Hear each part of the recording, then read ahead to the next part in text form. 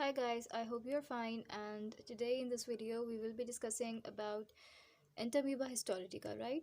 So सबसे पहले Entamoeba histolytica हमारे पास ये belong करते हैं to the group Protozoa. So first you need to understand कि Protozoa क्या होता है, ठीक है? अभी ये जो मैं बताऊंगी Entamoeba histolytica, so इसके लिए I have prepared the notes from both the books, वो जो हमारे पास लेविंसन है उससे भी मैंने नोट्स बनाए and from the ridiculously made simple. So दोनों बुक्स को मैंने फॉलो किया है। सो फर्स्ट ऑफ ऑल हम देखेंगे कि इंट्रोडक्शन हमें आरएमएस में वो जो रिडिकुलसली मेड सिंपल उसमें थोड़ा सा अच्छा दिया हुआ है एंड इट इज़ शॉर्ट कि हमें अंडरस्टैंड भी हो सकता है, राइट? तो उससे हम कॉन्सेप्ट ले लेंगे, ठीक है? एंड देन हमारे पास क्या आ जाएगी कि मैं लेविंसन के भी नोट्स आपको साथ साथ डिस्कस करूँगी, ठीक है? सो इससे आप लोगों का और ज़्यादा अंडरस्टैंडिंग डेवलप हो जाएगी, ठीक है? सो फर्स्ट ऑफ ऑल हमें पता होना चाहिए before going into the Entamoeba histolytica कि प्रोटोजोआ है क्या, ठीक है? सो प्रोटोजोआ क्या होता है हमारे पास कि एक free living single cell eukaryotic cells होते हैं, ठीक है? ये और इनके अंदर साइटोप्लाज्मिक मेम्ब्रेन होती है, सेलुलर ऑर्गेनेल्स होते हैं, ठीक है? अब वो जो ऑर्गेनेल्स होते हैं वो क्या क्या होते हैं इसके अंदर? इसके पास होते हैं 1 और 2 न्यूक्लियाई, ठीक है? एंड माइटोकॉन्ड्रिया होगा, the food vacuoles as well as the ER, ठीक है? जो हमारे पास क्या होता है एंडोप्लाज्मिक रेटिकुलम, ठीक है? फिर उसके बाद क्या होता है बहुत सारे हमारे पास इसके साइज़ रेंज होती है, ठीक है? That is starting from the 5 micrometre to 2 millimetre, right? फिर इसके बाद हमारे पास इसके अंदर क्या होता है कि यू कैन सी, मैं यहाँ पे मैंने एक डायग्राम बनाई है। सो देखें, अब इसके अंदर जो है हमारे पास दो तरह के बेसिकली साइटोप्लाज्म्स होते हैं, ठीक है? तो ये जो हमारे पास है अंदर एक साइटोप्लाज्म है, ठीक है, which is known as endoplasm, right? इसके बाहर एक मेम्ब्रेन होती है, ठीक है? तो इससे ये एक सेपरेट हो गया हमारे पास from the ectoplasm which is out here, right? So इसके बाहर भी एक मेम्ब्रेन होगी, ठीक है? तो ये हमारे पास हो गया endoplasm and this is all the ectoplasm. Okay, फिर इसके बाद क्या होता है कि अब ये क्या करते हैं हमारे पास कि ये जो प्रोटोजोआ होते हैं they can ingest the solid and food solid food pieces को ये हमारे पास इंजेस्ट कर सकते हैं, ठीक है? जैसे कि हमारे जो ह्यूमन आरबीसीज होते हैं उसको भी ये क्या कर सकते हैं, इंजेस्ट कर सकते हैं, ठीक है? इनके पास एक बेसिकली एक माउथ होता है स्मॉल सा, ठीक है, which is known as a cytostome, ठीक है? तो उसके थ्रू क्या करता है कि ये हमारे पास जो भी सॉलिड फूड पार्टिकल्स होंगे, पीसेस होते हैं, उन सबको इंजेस्ट कर सकता है। देन अब इसके अंदर दो तरह की रिप्रोडक्शंस होती हैं, ठीक है? First is the asexual reproduction, जिसमें क्या होता है कि DNA would replicate, right? And then हमारे पास क्या होता है जब डीएनए डिवाइड हो जाएगा तो the cells will then divide into two, ठीक है? In this way we have the two cells. लेकिन जो सेक्सुअल रिप्रोडक्शन होती है उसमें क्या होगा कि both the cells they fuse together, right? और उनका डीएनए भी आपस में एक्सचेंज रहेगा, ठीक है? इस तरह से हमारे पास क्या है कि जब वो डीएनए एक्सचेंज रहेगा तो फिर वो दोबारा से टू के अंदर सेपरेट हो जाएंगे and that is the sexual reproduction, ठीक है? तो उसमें एक्सचेंज भी हुआ है हमारे पास, ठीक है? अच्छा, अब हमारे पास क्या होता है कि जब भी हमारे पास एक न्यू एनवायरनमेंट के साथ एक्सपोज होते हैं प्रोटोजोआ, जैसे कि if there is a temperature change और if they are moving down transit down the intestinal tract, ठीक है? या फिर केमिकल कोई एजेंट आ जाता है तो उससे क्या होगा कि अब वो अपने अराउंड एक प्रोटेक्टिव कोटिंग बनाने लग जाते हैं और वो श्रिंक हो जाते हैं एक राउंड आर्मर्ड फॉर्म के अंदर, जिसको हम क्या कहते हैं, सिस्ट, राइट? अब ये जो सिस्ट है दिस इज़ बेसिकली इन्फेक्टिव, ठीक है? जब हम इसको इंजेस्ट कर लेते हैं तो ये हमारे पास इन्फेक्शन कॉज करेगा, राइट? और फिर ये हमारे बेसिकली जब बॉडी में चला जाता है cyst, then it is again converted into the motile form which is a trophozoite, ठीक है? अब हमारे पास क्या है बेसिकली ये 5 टाइप्स होती हैं ऑफ द इंटेस्टिनल प्रोटोजोआ।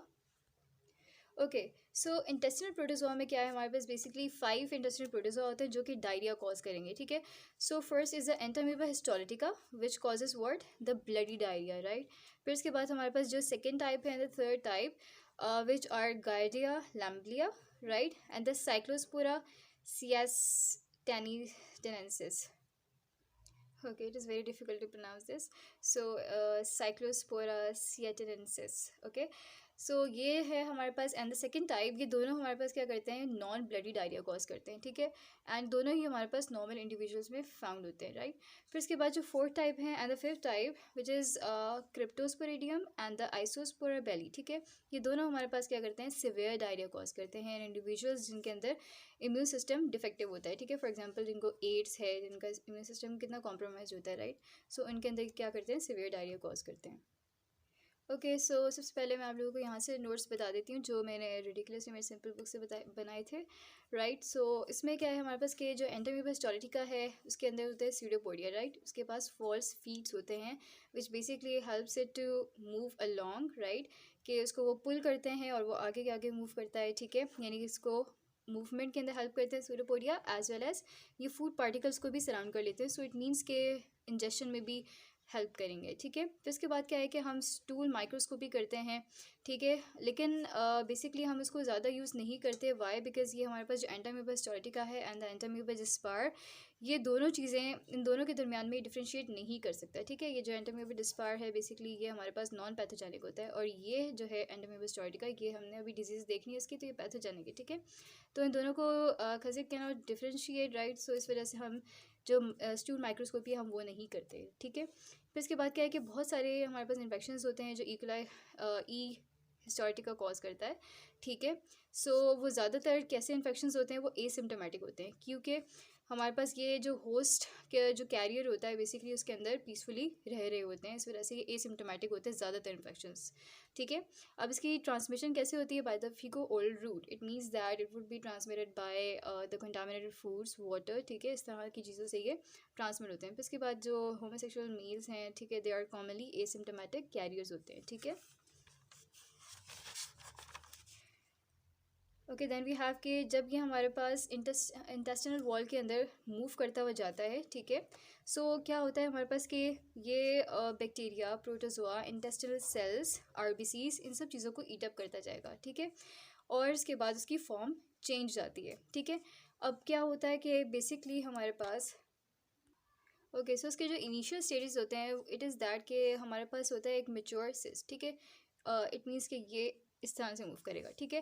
सबसे पहले हमारे पास क्या आता है, एक सिस्ट होता है, टेट्रा न्यूक्लियर होता है, ठीक है। इसके पास होंगे कितने 4 न्यूक्लियाई होंगे, ठीक है। तो क्या होता है कि हम बेसिकली इस सिस्ट को ही इंजेस्ट करते हैं जो कि आगे इन्फेक्शन कॉज करेगा। फिर ये सिस्ट हमारे पास, ये मेच्योर सिस्ट जिसको हम बोलते हैं, ठीक है, ये हमारे पास किस फॉर्म में कन्वर्ट हो जाएगा, then it is converted into the binucleated pre cyst, ठीक है। यानी अब 2 न्यूक्लियस वाला ये एक प्री सिस्ट बन जाएगा जिसके अंदर हमारे पास और भी स्ट्रक्चर्स होते हैं, लाइक इसके पास, ठीक है, एक तो न्यूक्लियाई हो गए, then it has glycogen vacuole, ठीक है। फिर इसके बाद ये जो आपको 2 कलर्ड से कुछ बॉडीज़ नज़र आ रही हैं, दीज आर द क्रोमेटॉइड बॉडीज़, ठीक है। ये जो क्रोमेटॉइड बॉडीज़ है बेसिकली ये हमारे पास राइबोसोम्स की एग्रीगेशन से बनते हैं, ठीक है। जब राइबोसोम्स आपस में एग्रीगेट कर जाते हैं तो ये हमारे पास क्रोमेटॉइड बॉडीज़ फॉर्म करती हैं, ठीक है। तो ये बेसिकली स्ट्रक्चर है हमारे पास बायन्यूक्लिएटेड प्रीसिस्ट का, ठीक है। This was the structure of the tetranucleosis, ठीक है। तो ये हमारे पास बॉडी यानी हमने इंजेस्ट किया, ठीक है। आगे हमारी बॉडी के अंदर mature cyst, then it is converted into the binucleated precyst, ठीक है। उसके बाद क्या होता है कि finally it is converted into trophocyte, ठीक है। अब ट्रोफोसाइट कैसा होता है, so this is the structure of the trophocyte जिसमें हमारे पास ये है nucleus, this is ingested RBC, ये इसका एंडोप्लाज्म है, and this is the ectoplasm of the trophocyte, ठीक है। ओके, अब क्या होता है हमारे पास कि समटाइम्स जो 10% इन्फेक्शन होता है इन्फेक्टेड इंडिविजुअल्स का, उसमें क्या होता है कि जो ट्रोफोसाइट है वो इन्वेड कर जाता है किसको, इंटेस्टिनल म्यूकोजा को, ठीक है। यानी वो इन्वेजन इसकी हो जाएगी, ठीक है। सो जब ये इंटेस्टिनल म्यूकोजा के अंदर चला जाता है तो वहाँ पे जाके इरोजन्स कॉज करेगा, that would result in the abdominal pain, loose stools, ठीक है, कपल ऑफ डेज।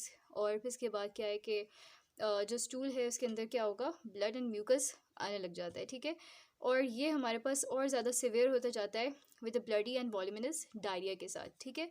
सो इस तरह के हमारे पास सिम्टम्स अपेयर होते हैं in the 10% of the infected individuals if the trophocyte would invade the intestinal mucosa, right. फिर इसके बाद हमारे पास क्या है कि ये जब पेनिट्रेट करके, अब ठीक है, ये इन्वेजन कर रहा है, ठीक है, एंड ये इन्वेजन कर रहा होता है हमारे पास जब ये इन्फेक्शन कॉज करेगा। तो अगर ये बहुत ज़्यादा अंदर जाके लाइक सब म्यूकोजल लेयर में चला जाता है, पेनिट्रेट कर लेगा, तो क्या होगा हमारे पास, अगर ये बहुत अंदर डीप चला गया तो पोर्टल ब्लड सर्कुलेशन के अंदर एंटर हो सकता है, ठीक है, जिसकी वजह से लिवर एब्सेस होगा, एंड देन ये हमारे पास डायफ्राम से स्प्रेड होके कहाँ चला जाता है, लंग्स के अंदर, ठीक है। And in the lungs it would cause what, the pulmonary abscess, ठीक है, that would lead to the death. फिर इसके बाद क्या है कि अगर ये ट्रोफोसाइट आरबीसीज को इंजेस्ट कर लेते हैं, और जब हमें पता चल गया, जब हमने उसको देख लिया, एग्जामिन किया, तो अगर ट्रोफोसाइट और आरबीसीज दोनों हमें फाउंड होंगे एक साथ, तो इट मीन्स के there is an active disease, ठीक है। लेकिन अगर ट्रोफोसाइट एंड सिस्ट के अंदर आरबीसीज नहीं होंगे, अगर उन्होंने इंजेस्ट नहीं किए होंगे आरबीसीज को, तो that will show the asymptomatic carriers, ठीक है। कि इसका मतलब है कि पर्सन में कोई सिम्टम्स अपेयर नहीं होंगे, ठीक है। फिर इसके बाद क्या है हमारे पास कि इसके लिए हमारे पास जो डिटेक्शन के लिए टेस्ट होता है that is antigen detection assays, ठीक है, जो हम स्टूल या सीरम के ऊपर परफॉर्म करते हैं, और ये बहुत ज़्यादा सेंसिटिव होता है और स्पेसिफिक टेस्ट होता है, ठीक है। फिर इसके बाद क्या है कि अगर हम एब्सेसिस को रिवील करना चाह रहे हैं जो लिवर के अंदर है, उसके लिए हम क्या करते हैं, सीटी स्कैन करते हैं, अल्ट्रासाउंड इमेजिंग परफॉर्म करेंगे, ठीक है। देन फॉर द प्रिवेंशन क्या करेंगे, कैसे प्रिवेंट करेंगे, डेफिनेटली हमारे पास क्योंकि इसका रूट जो था वो फीको ओरल रूट था, फीको ओरल रूट से ही ट्रांसमिट हो रहा था, as we have studied, right. So इसके लिए क्या करना चाहिए हमें, good sanitation, right, and the proper disposal of the sewage, ठीक है। फिर इसके बाद हम क्या करेंगे कि वाटर को हम प्योरीफाई करेंगे। अभी मैं आपको बताऊंगी जो मैंने नोट्स बनाए हैं फ्रॉम द लेवेंसन, ठीक है, कि इसमें हमारे पास क्या होता है कि ये बहुत इसके जो स्पोर्स है they are not highly resistant, इसकी वजह से क्या होता है कि ये जो बॉइलिंग से या from the filtration of the water so it can be easily killed, right. अच्छा, फिर इसके बाद ट्रीटमेंट में हम क्या करते हैं कि जो हमारे पास ट्रीटमेंट ऑफ चॉइस है दैट इज़ द मेट्रोनिडाजोल, ठीक है, जिसको हम फ्लैजिल भी बोलते हैं। देन या फिर हम टिनिडाजोल भी हम दे सकते हैं। फिर इसके बाद बेसिकली ये जो फ्लैजिल है, why it is known as flagella because जितने भी फ्लैजिलेटेड बग्स हैं like Giardia and the Trichomonas, ठीक है, तो इन सब चीज़ों को ये किल कर सकता है, ठीक है। अच्छा, अब ये तो हमारे पास ये ट्रीटमेंट हो गई, ठीक है। उसके बाद हम क्या होता है कि अगर हमारे पास इंट्राल्यूमिनल किलिंग के लिए हम और भी दो हैं जो हम प्रिस्क्राइब करते हैं that are the paromomycin and the iodoquinol, ठीक है। ये हम ट्रीटमेंट और थोड़ा सा डिटेल में देखेंगे फ्रॉम दोज नोट्स, ठीक है, जो मैं अभी आपको बताने वाली हूँ। अच्छा, फिर इसके बाद जो मेट्रोनिडाजोल है इसका एडवर्स इफेक्ट ये होता है कि इसमें बस मेटालिक टेस्ट आता है, ठीक है। अच्छा, अब ये हमारे पास स्टार्ट हो गए लेवेंसन के नोट्स, ठीक है। So starting from the diseases which it cause, तो हमारे पास डिजीजेस क्या होती हैं कि ये एमीबिक डायसेंट्री कॉज कर सकता है, it can cause the liver abscess, ठीक है। अब इंपॉर्टेंट कैरेक्टरिस्टिक्स आर दैट कि इसकी जो लाइफ साइकिल है इसके इट हैज़ बेसिकली 2 स्टेजेस, ठीक है। एक स्टेज में क्या होता है वो मोटाइल होगा, ठीक है, in the another stage it is non motile, ठीक है। जो मोटाइल स्टेज है it is known as trophozoite and the non motile phase और the stage is known as a cyst, ठीक है। अब ये जो ट्रोफोजॉइड होता है बेसिकली हमारे पास intestinal and the extra intestinal lesions के अंदर फाउंड होता है, ठीक है, और इसको हम डायरियल स्टूल्स के अंदर डिटेक्ट कर सकते हैं। वाइल इन कंट्रास्ट जो नॉन मोटाइल होते हैं हमारे पास ये नॉन डायरियल स्टूल्स के अंदर हमें डिटेक्टेड होता है, ठीक है, हम इसको डिटेक्ट कर सकते हैं। फिर इसके बाद ये जो पोर्स हैं लाइक आई सेड बिफोर, ठीक है, ये बहुत ज़्यादा हाईली रेजिस्टेंट नहीं होते because they can be readily killed by boiling और द फिल्ट्रेशन, लेकिन क्लोरिनेशन से हम इसको किल नहीं कर सकते सो ईजिली, ठीक है। तो अब क्या होता है सिस्ट के अंदर हमारे पास होते हैं 4 nuclei, right, each cyst has 4 nuclei, while अगर एक जो ट्रोफोसाइट होगा उसके अंदर कितने होते हैं, ओनली 1 न्यूक्लियस, ठीक है। फिर इसके अंदर क्या है, ओके, सो मैं यहाँ पे लिख भी देती हूँ, 1 ट्रोफोसाइट हैज़ 1 न्यूक्लियस, ओके।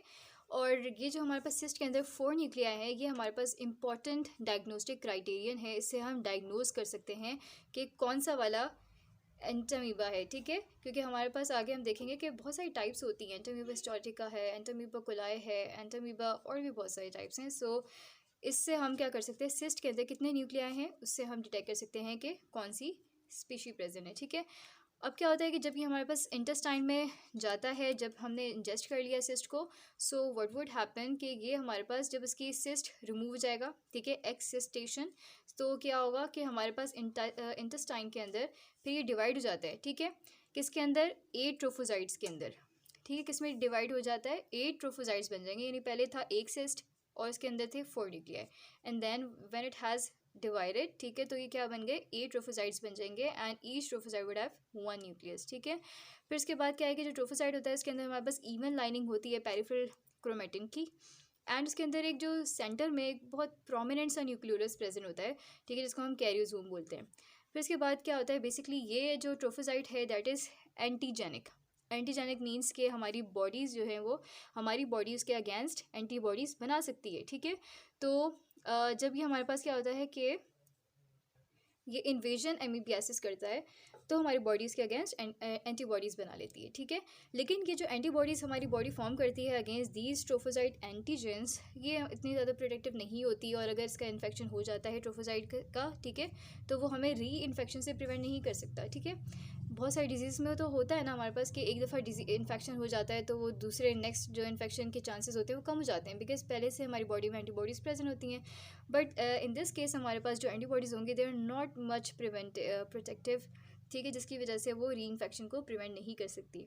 ठीक है, सो लेकिन इसका बस एक इम्पॉर्टेंट यूज़ ये है कि जो एंटीबॉडीज़ हमारी बॉडी में फॉर्म होंगी अगेंस्ट दैट स्पीशी, ठीक है, जो ट्रोफोजॉइट है, तो वो हम सीरोलॉजिक डायग्नोसिस के लिए यूज़ कर सकते हैं। ठीक है, देन पैथोजेनेसिस क्या है, ठीक है, किस तरह से ये डिज़ीज़ को